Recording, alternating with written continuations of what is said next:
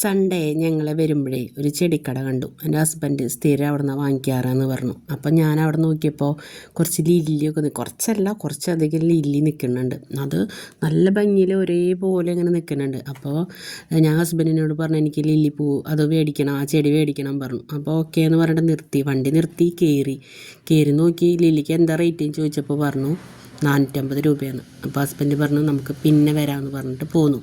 പിന്നെ ഞാൻ വിചാരിച്ചു മേടിക്കൊന്നുമില്ല. ഇന്നലെ മൺഡേ വൈകിട്ട് ജോലി കഴിഞ്ഞ് വരുമ്പോൾ അതേ കടലാസ് പൂ 5 എണ്ണം പിന്നെ ഒരു ലില്ലി. അയ്യോ എനിക്ക് നല്ല സന്തോഷമായി. അപ്പോൾ കടലാസ് പൂവിന് വന്നത് 5 എണ്ണത്തിന് 200 രൂപയെ വന്നിട്ടുള്ളൂ. പിന്നെ ഈ ലില്ലിക്ക് വന്നത് 150 രൂപയ്ക്ക് കിട്ടി ആ കടയിൽ നിന്ന് തന്നെ. അപ്പോൾ അതിൻ്റെ ഓണറായപ്പോൾ എന്തോ ഡിസ്കൗണ്ട് ചെയ്തോ അങ്ങനെ എന്തോ കൊടുത്തു. അപ്പോൾ അത് കാരണം ലില്ലിയും വന്നു, കടലാസ് പൂവും വന്നു. ഞങ്ങൾ ഇനി കുറച്ച് കടലാസ് പൂവും ഇതൊക്കെ ഞങ്ങൾ കുറച്ച് നാളായി ഈ ഒരു ഏരിയയിൽ കടലാസ് പൂവ് പല കളറായിട്ട് വാങ്ങിച്ച് വെക്കണമെന്ന് വിചാരിക്കുന്നു. അപ്പോൾ അതിനുള്ള ഒരു സ്പേസും കറക്റ്റോ ഒന്ന് കിട്ടാൻ വേണ്ടിയിട്ട് വെയിറ്റ് ചെയ്ത് നിൽക്കുകയായിരുന്നു. അപ്പോൾ 5 കളർ കിട്ടി, 200 രൂപയെ വന്നിട്ടുള്ളൂ 5 ടൈപ്പ് കടലാസ് പൂവിന്. അപ്പോൾ ഈ മുറ്റത്തിൻ്റെ ഈ സൈഡിൽ ഇങ്ങനെ വെച്ച് കഴിഞ്ഞാൽ പല കളറായിട്ട് നിൽക്കുമ്പോൾ ഒരുപാട് ഭംഗിയായിരിക്കും. അപ്പം ഞാൻ അതിൻ്റെ ഇടയിൽ ഈ അരീലിയ അങ്ങനെ എന്തോ ആണ് ആ ചെടിയുടെ പേര്, ആ ബുഷ് ടൈപ്പ് ഉണ്ടായിട്ട് നിൽക്കുന്ന ടൈപ്പ് ചെടി. അപ്പോൾ അത് കുറേ കാലമായി ഞങ്ങൾ വെച്ചിട്ട് പിടിപ്പിക്കാൻ വേണ്ടി നോക്കണം. ഇപ്പോഴാണൊന്ന് പിടിച്ച് കിട്ടിയത്.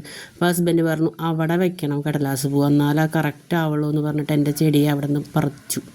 പിന്നെ പോട്ടെ, കടലാസ് പൂ നിൽക്കുമ്പോൾ ഒരു ഭംഗിയാണല്ലോ എന്ന് വിചാരിച്ചിട്ട് ഞാൻ സമാധാനിച്ചു.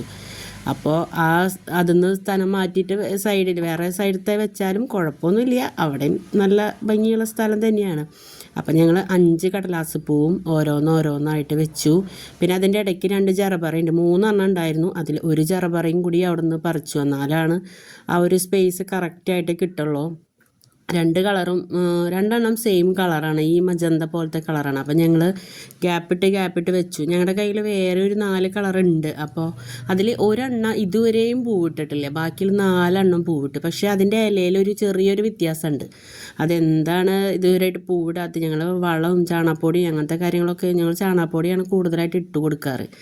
അപ്പോൾ അത് കഴിഞ്ഞു 5 എണ്ണം ഇതിങ്ങനെ വരിക്ക. അതിൻ്റെ ഇടയ്ക്ക് ചെറപറ നിൽക്കുന്നുണ്ട്, ഇനി അത് ഭംഗി പോവുമോയെന്നറിയില്ല. അപ്പോൾ ഇനി മിളകൊക്കെ നിൽക്കുന്നുണ്ട്, അത് കുറച്ചും കൂടി കഴിഞ്ഞ് കഴിഞ്ഞാൽ മിളകിൻ്റെ കാലാവധി കഴിയും, പിന്നെ മിളക് ഉണ്ടാവേയില്ല. അപ്പോൾ അതുകൊണ്ട് ആ മിളക് പറിച്ചിട്ടില്ല, ബാക്കിയുള്ളതൊക്കെ ഇങ്ങനെ ഒരേപോലെ വെച്ചേക്കാണ്. അപ്പോൾ ഈ 5 എണ്ണം ഇങ്ങനെ വലുതാവുമ്പോൾ ഞാനത് ഒരു അപ്ഡേറ്റ് ആയിട്ടുള്ള വീഡിയോ ചെയ്യാം, അപ്പോൾ ഒരു ഭംഗി കാണും. അപ്പോൾ have A nice day. Thank you.